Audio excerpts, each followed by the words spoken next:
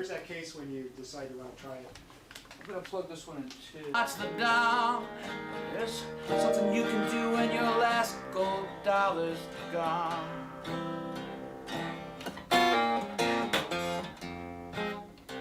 All right.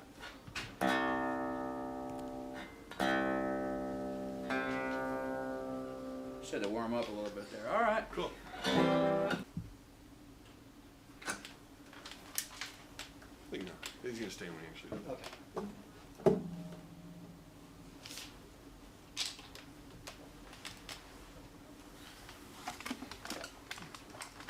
Okay.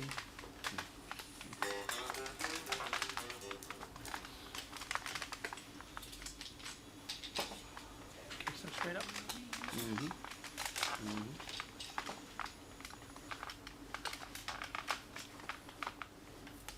In fact, I'm gonna put it back over there. What do I do with my shade? These are actually more comfortable than the chairs they put in here for the show. Yeah, those metal chairs. That's showing I the. played here a lot. I don't know why it happened so many times, but I played here with Lucinda and a lot of different people. Mm-hmm. Yeah, I met Lucinda down at Al's Bar, man. We were doing a gig. They had this thing called the Incredibly Strung Out Band. It was me, Gerf Morlix, this guy named Tornado Klein from the Family of Man, and Victoria Williams. And we had a band, and so we were playing at the. She was the opening act. She just got to town, like just got here. Mm-hmm. So we became friends with her and started doing shows. And Got her going, gave her a break. well, she was, she'd already made that Folkways record and all that, but nobody here knew who she was yet. Yeah. And then Gerf met her, and he started producing her. You're already rolling, right? Yeah. All right. What channel is this for, man? This locally it's NBC, but it's national. We're syndicated.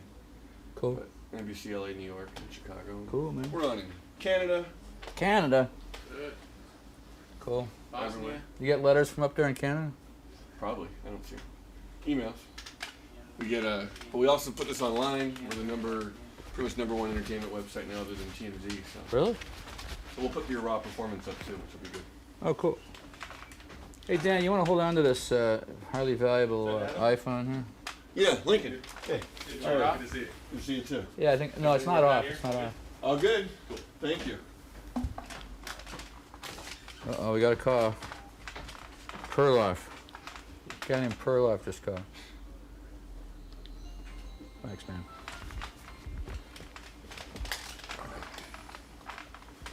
So, Peter, first of all, talk about sitting here in McCabe. We just started talking about it, but what does this place mean to you? This hallowed hall. Well, this place was always like the folklore center for L.A., It's like the meeting place of musicians and fans. And it was a place to hang out as well as just go see a concert or buy a guitar or something like that. And you could get the books and talk to the people that knew the artists and pick up CDs that they don't have anywhere else in town. And you couldn't get at Tower. You could come down here and get a Ralph Stanley record back when nobody knew who he was around here, and that kind of thing. And I always loved it. I came here and saw a few shows before I started playing here. I was a fan of the place. Mm-hmm. When I was in the Plimsolls. Mm-hmm. And do you remember your first gig here? My first gig? Yeah, I do actually. I was. This character named Harvey Kubernick called me up. He's like a local kind of, rock maven or something. Is that the right word? I don't know. Maybe it's not. Merkin? No, that's not the right word. Well, I don't know. I don't know. You don't know what you say. He's a kind of a rocker, a guy in the scene. Kind of like Rodney or Kim Fowley. Or he wouldn't like it if he heard me say that, but it's sort of true. He's just like a scene guy, And he called up, hey man, you should do an acoustic show at McCabe's. I'll set it up. You and Joel Nolte from The Last, and so I was still in the Plimsolls, and so I said sure, and then all of a sudden I was like overcome with nervousness. The Plimsolls, I was playing the Universal Amphitheater and the Hollywood Palladium, and Irvine Meadows, and all up and down the coast playing big places. But to play this place with 150 seats in it, I knew was going to be a more, you know, closely watched and listened to gig than any of those rock and roll gigs I've been doing. So I was sort of, plus I just seen so many great people here, you know. I mean, I met Memphis Slim here, I met Ramblin' Jack Elliott, and saw, you know, just all kinds of people play here. You know, so it had a lot of weight for me in terms of, you know, wanting to really be ready for the show and all that. So I got prepared and did it. And when I remember going on stage the first time here, I felt the place was sold out, and I came out on stage, and I was like throwing a cat into a tub of water, you know. I was like so nervous. I nearly exploded, but everybody laughed. We were just having a good time, and it ended up being a really fun show. What I remember from maybe not that early, but not too far after, was from your first solo records was you were pretty critically acclaimed right from the start, and people were saying great things about you. And, As a solo artist? As a solo, at least in the circles I was listening to. Yeah. In certain places, yeah, that's true. I mean, yeah, I mean, critically acclaimed. I mean, I had, you know, right when the Climsols, you know, I came here with this band called The Nerves back in the very first day of '77 in Los Angeles, and you know, we couldn't really get arrested. We ran some of the first punk rock shows in LA and all this stuff, and you know, it never really happened, you know. And then from the second the Climsols started up, that just immediately started bringing people into clubs and all that. And so it was sort of the same with my solo career. You know, I just came out and just started doing it. It seemed like it was the right time to just happen. You know? And now to be sitting here again in McCabe's, a lot's happened last couple years, and this place has been good to you, I know. You can just kind of, for people that don't know what's taken place, and it's story's a couple years old, but it obviously informs the new record as well. If you can talk about kind of what you went through and kind of your rebirth, as it were. You mean that whole thing that went down last year? Yeah. Well, you know, I came in from the road at the end of 2007, and I wasn't feeling very well, and my blood pressure went up to like 1,000,000, and I thought I just needed to take some more medicine, but then they told me that you better come in, and so I went to the doctor. I had the car parked on an hour meter, you know, and they said that I was, they did a picture, you know, and it was like 99% blocked. One of my the main artery. My good friend Ned, that's the Widowmaker. Thanks, Ned. You know, I really needed to hear that. You know, but they took me in to do this procedure that was supposed to be like a fairly simple one. And it didn't go well. That didn't work. You know, they had a problem with it. And then I was about to. I think since they've been working in that area, I think I was about to have a major heart attack, and a massive heart attack is what they said. They took me right in and did one of those amazing operations they do called a bypass operation, and then I woke up out of that. You know, my first thought was, I made it. I'm still alive. You know. So you know, I lived through that, and then it took me a while to get back up to speed.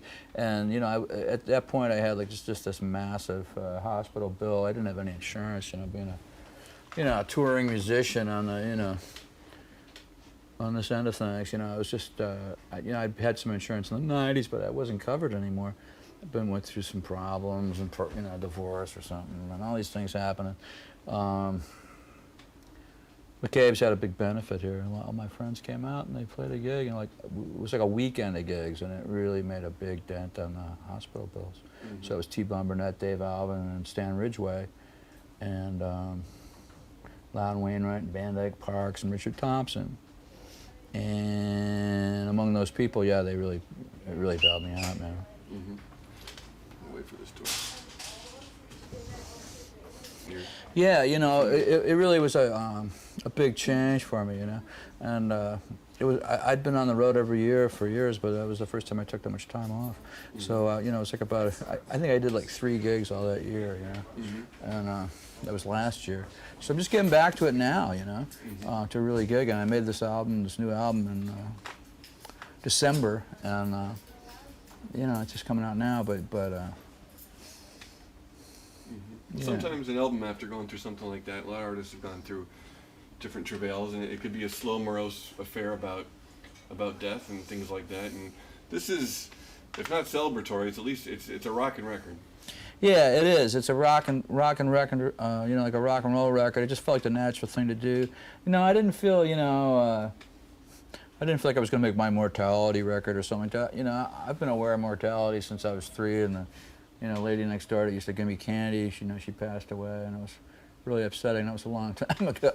And so, you know, I understand that that's the fact of things, you know. And it was a close brush with it. And then, you know, I'm alive, man. And like all of a sudden, you know, why do I play rock and roll? Because I can, you know. Mm-hmm. Got to exercise your abilities and your freedoms, you know. It was just so much fun, and we did the record really quickly. I worked with a couple of my best friends, you know, Don Bonebreak, you know, on drums, DJ Bonebreak from X, and my friend Ron Franklin from Memphis, you know, who's just a great musician, guitar player from the scene down there, and kind of a, you know, collaborator really in a lot of ways. Both of them are, you know.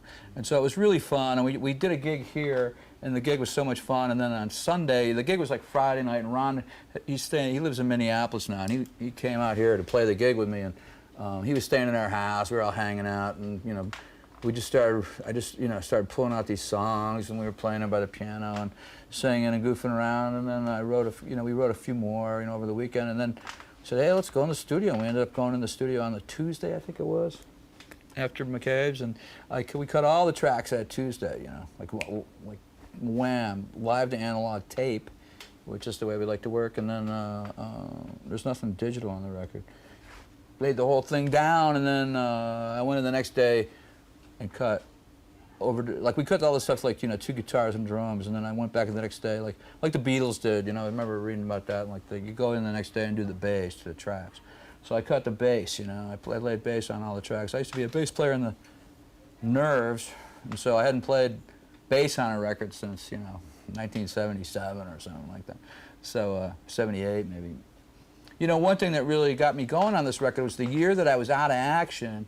You know, I was at home, like, listening to records, and, like, you know, for a while, you know, I could hardly even, I was so vulnerable after that thing, I could hardly even listen to records, you know. I mean, I was just like, you know, it was really kind of traumatic in a certain way. And to have that kind of physical, you know, thing happen to you. And what was I going to say? The kind of stuff you were listening to then, or? Yeah. No, I lost my train of thought, you know, because I started thinking about that. Huh? The reissues. Oh yeah, thank you, Dan. And so you know, yeah, I can go off on a beam these days, and just, that's it, you know. But yeah, this company out in the valley called Alive, they used to be called Bump, and they put out the Nerve stuff, you know, back in the day, and they actually put out the Plimsolls A Million Miles Away, back in the day. So when the time came, you know, when I was going through all this thing, I'm out of action, I'm just hanging out, and then they wanted to reissue the Nerves record, and then they reissued that, and it did really well. This is my first band from San Francisco. We moved here, and you know, it did really well. The average age of the people who bought it was like 20. Like, that band caught on somehow with, like, kids, you know, that are into rock and roll, and so that was really great. And I worked on I did the reissuing and the repackaging of that, and so I'm listening to that, and then they found this other record in a suitcase of, or somewhere, of this band that I'd forgotten that I'd even had. After the Nerves broke up, we had a band called the Breakaways, and we cut a bunch of material. It lasted about 3 months or something. And they found all this stuff, and, do you want to put it out? Yeah, put it out. And it's a real fun listen, you know. It's this record, Walking Out in Love by the Breakaways. So that was a trip, and I'm listening to that. And then I had this, like, blue suitcase that was always in the garage, and, like, been dragging around from house to house for a while. And, well, you know, what is in there? I forget what's in there. I open it up, and there's, like, all these reel-to-reel tapes in there. Plimsolls from the 80s, live shows. So, well, I better listen to these. So I figured out that that was the Whiskey A Go-Go. It turns out you open up the tape box, and it's live from the Whiskey A Go-Go, 1981. Went live out over a radio show, and was mixed by Steve Hunter, who played with Lou Reed, and that's great stuff. Yeah, and it sounded good, you know, and it had been in my garage, and I'd been taking, like, no care of it, you know, for all those years. But, you know, what are you gonna do? But it ended up sounding pretty good, and so I took it into mastered it for Alive Records, and that came out. And then so all that, I guess it got me going in a way too on rock and roll, and I was listening to a lot of rock and roll. At first, right after that trip at the hospital, I couldn't listen to any rock and roll, and then it slowly really came back around for me, and it's what I was really listening to. I mean, I always listen to it, but. Mm-hmm.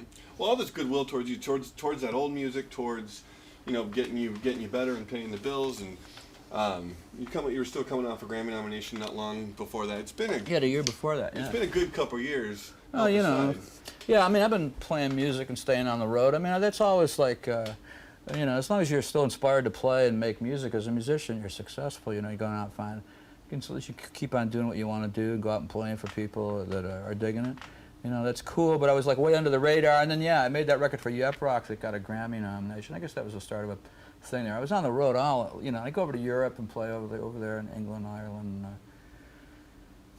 France, and the Low Countries and all that sort of thing, and would come back, and so I toured real hard before that, and that was, you know, that was kind of like when I started, like at the end of the year, just like, you know, going through the changes, you know. Mm-hmm, mm-hmm. I mean, some of the traveling's real hard, and you know, I hadn't really changed the way I was going at it since I was like 23 or something, which is like, you know, Peter, you have to get up at, you know, drive right after the gig until 4 a.m. and then like you get 2 hours sleep, and then you can do like a radio interview at the, you know, with the farm reports for, you know, the Dayton, you know, for the Dayton gig or something, you know what I mean? And and then, you know, it would start to turn into just these really intense juggernauts of tours, you know. So you know, it had to have something to do with it, you know, I suppose. I see a lot of musicians, a lot of my friends really, you know, are hitting the wall in terms of it. It can be a very hard life, you know. You got to figure out how to handle it. Mm-hmm. And yet, on the other side of the coin, certain guys, even that you share a label with, people like Chuck Prophet and Steve Wynn and other guys, even Paul Weller across the pond, as it were, guys that are kind of from your generation. You guys are all probably making the best records of your career and sounding better than ever. Why do you think that is? You guys are all kind of embraced at the same time and really putting out good music. Well, it makes sense, you know. If you're, you know, if you keep working, you should get better at music if you can stay aware, you know. It just makes sense, you know. When I was a kid, like all my favorite, you know, blues guys were all, you know, Muddy Waters. Like he was fantastic when he was in his 50s. You know, Big Joe Williams was fantastic. You know, Lightning Hopkins. I saw him. I ran away from home and went to Boston and saw him play when I was 16. Well, I didn't run. The only reason you can't call it run away because nobody was chasing me, but they didn't care if I came home. But I did see him play then, you know, and it's like when the guy steals second and nobody tries to throw him out, you know. But I saw Lightning Hopkins play, and he was another one, you know. He must have been 60 at that point or something. So he was fantastic, you know, looked fantastic, and was like, he had, you know, the great stories and rocked the house with electric guitar, and like, you know, these guys are always inspiring to me. In fact, you know, I love young rock and roll, youth rock and roll, and all that. But I never was one of those people that thought that, you know, it's just for for children. You know, I've always felt that. You know, Bill Monroe was a hero of mine when I was in the Plimsolls, you know. Probably one of the reasons that led me here, you know, and just the soulfulness and the intensity of the way those guys approach music. Bill Monroe is a perfect example of someone who just, like, you know, homed in on the, you know, the mysteries of music, and you know, had his you know, he studied the tone that he was putting across to people, and he put on his greatest show for 50 people or whatever he had. He's just a very deep practitioner of the art of soulful music. So you know, that's why I think all these guys are doing it better. You know, you kind of come out of this cloud when you're young, where, you know, you're struggling. You know, like you know, riding around with 4 guys in a van trying to make $1 million is the way it always would feel. You know, when you look back on it, like you come out of that period and you can be disappointed, kind of high and dry. Some people quit and go, you know, run the furniture store. You know, and nothing wrong with that. And then some people, you know, can, you know, if you have it in you to go, you know, to do it, keep going. You know, I think a thing happens when you're around 40 or something. You know, like, you know, are you going to still write? You're still going to express? Because, like, you're not writing about the, you know, the girl at school anymore. You know, probably. You know, and I wasn't necessarily. And so, you know, the world starts opening up, and your writing starts being able, you know, your songwriting, you can start telling all sorts of things that you've experienced. You know, I remember one day. Well, I'm going on and on, but it's too much for TV. You're still writing about paying the rent, though. Well, you write about what's important to people and what's important to yourself, and, you know, everybody's paying the rent. So, you know, I mean, everybody isn't paying the rent, but It's relevant stuff. Yeah, you're writing about what's going on, you know, and what's important. And so it's in the context of that you know, you make music. It's not just like in a vacuum. So, you know, it's being part of the community of music too. You know, you talk, you know, you're not just singing you know, like I'm expressing them for me, but like I know there's a lot of people that get on the wavelength with it, you know. And so you try to tell it as true as you can, and then people get that relief from hearing this and like, oh, I mean, that's what I always got from music, you know. Oh, he's going through what, you know, Definitely. shared experience. Yeah, and yet there is. You mentioned the fun. There is a sense of fun. Even listening, it's a palpable sense of fun on a good deal of this record. I can just see you smiling as you're actually doing this. How much of it was really just fun to just to do your thing? Because some of this stuff is the rocking stuff you've done in. It's all fun. All the music's like the most fun in the world, man. I mean, if the world of a musician was just playing music all the time, it'd be like in heaven, man. You know, it's like fantastic, you know. But you know, there's a lot of struggles and different things you go through. But playing the music, man, is like, you know, we had so much fun down at the studio. I mean, when we were making this thing, it was just, you know, it was just really great. You know, it was like a really good time, you know. And now you're gonna be teaming up with the same group to. And it's exciting too, man, because like you're making something out of nothing. That's the great thing about songwriting or music, you know. Like where's it come? You know, where do you get? You know, you're making value out of zilch.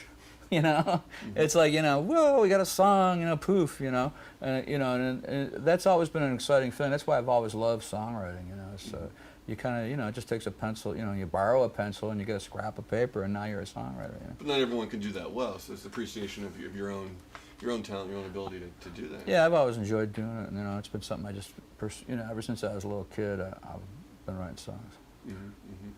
How much you mentioned it was all playing music? How much on a daily basis are you picking up the guitar? Is that something you do every day, no matter what's going on, and just spend some time? Pretty much, you know. I got guitars laying around, a piano at my pad, and yeah, you know.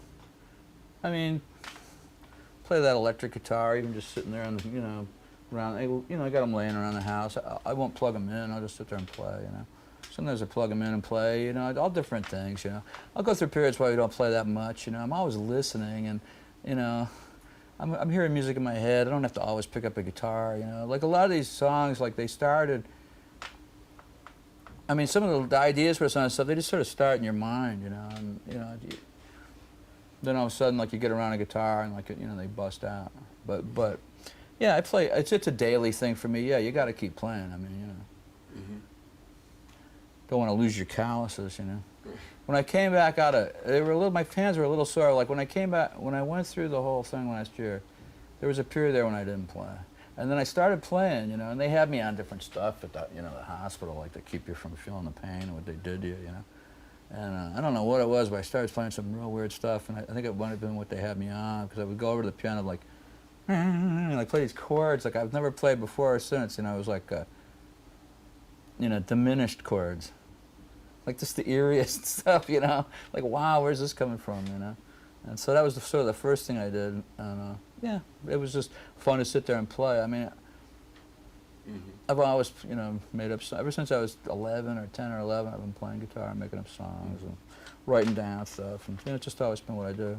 But then to know that experience you went through hasn't changed you, and like you said, I mean, and I said also you're playing sounds like better than you ever had. Your voice sounds better than it ever has. Well, you know, I was on the road so much. One thing that did happen was I found that my voice got some rest, you know, because like, you know, I was like, you know, just playing show after show after show, and like, you know, and then talking to people all night and all sorts of stuff. And it finally added up on me, you know. And like I had hurt my voice a bit. So people were saying when I came back to McCabe's last year, they were like, "Oh, you sound really young, you know. You say your voice sounds like you're 20, you know, 25 years old or 23. You know, you sound like you did when we first saw the Plimsolls." And it's weird. It's kind of true. So I don't know. Maybe now it's starting to, you know, get planed down again. Who knows? So is this a new phase then of kind of creativity and work now that you're feeling good and you're back at it, and this album's going to kick off something new for you, or how are you looking at the future? How far ahead do you look? Good question. I don't know. Let me think. I'm sort of thinking ahead of one album. I'm working on something else right now. And I was writing a book that's already part of it's been published, and I'm writing that too. So the first book was it's a sort of a memoir about 1973, and the second one's about 1974. And they're all about like street music. and playing on the street and living on the street as a teenager in the 70s. And doing that, I'm working on a batch of other songs, you know. But beyond that, we're talking about a possible Plimsolls reunion. Maybe that'll be like in 9 months, or 6 or 9 months or something. And you know, and then I got like a couple like sort of dream projects that I want to achieve here in the next. Like there's the next album, and there's this other album that I'm sort of thinking about, which is like something different that I haven't done. And you know, after that, I don't know. You know. Well, we got Wig right now, so that's... Got Wig right now. So, yeah. I mean, yeah, that one just kind of came out and, like, you know, just claimed its own ground, Wig, you know. I mean, it just kind of blew my mind because it showed up. You know, it just started out, we were just, well, we'll just go cut down this, like, blues album and stuff. And then it kind of just took on a life of its own as we went down there. And so I thought I was going to be in there doing covers of, you know, at one point we had a few original songs, and I thought I was going to be doing, you know, Memphis Mini covers and stuff like this. And then we got down there, and they were just like, I was writing songs in the studio and cutting them right there. A couple of things, the first time I ever played them is the take you hear on the record. In fact, on one of them you go, yeah, we're going to do such and such, it goes like this, and I play it, you know, and then everybody plays it with me, and that was the first time I ever played it. And same with the second song on the record, the one called Dig What You're Putting Down, you know, it was like, had some stuff on paper, and it's like, okay, let's do it, you know, and then like, Bone breaks over there, and Ron's right, like we had like we're all standing there in this like little room, and then like there was like a, you know, he was right there, and like we just, 1, 2, you know, key of C, you know, kind of like this, you know, I'll play this thing, and then you come in, and I knew, you know, I had the riff, you know, that I was going to do, and then lyrics on a page that I'd never sung before, and then some ideas in my head, and the whole thing, and then we just went for it, you know. And we were lucky enough that, you know, every once in a while you do something like that. Like, those are the best things because you haven't, they come straight out of, you know, inner space or outer space or someplace, song space. And they haven't been mediated, you know. So, in a way, you know, you're like going, wow, you know.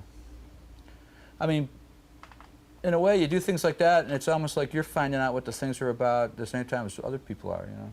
Like on some of it. I mean, on some level, I know where it's at, and then like on the, oh, that's interesting, you know, because it comes from the subconscious, you know. It's like kind of weird like that. Yeah. Not everyone has that subconscious.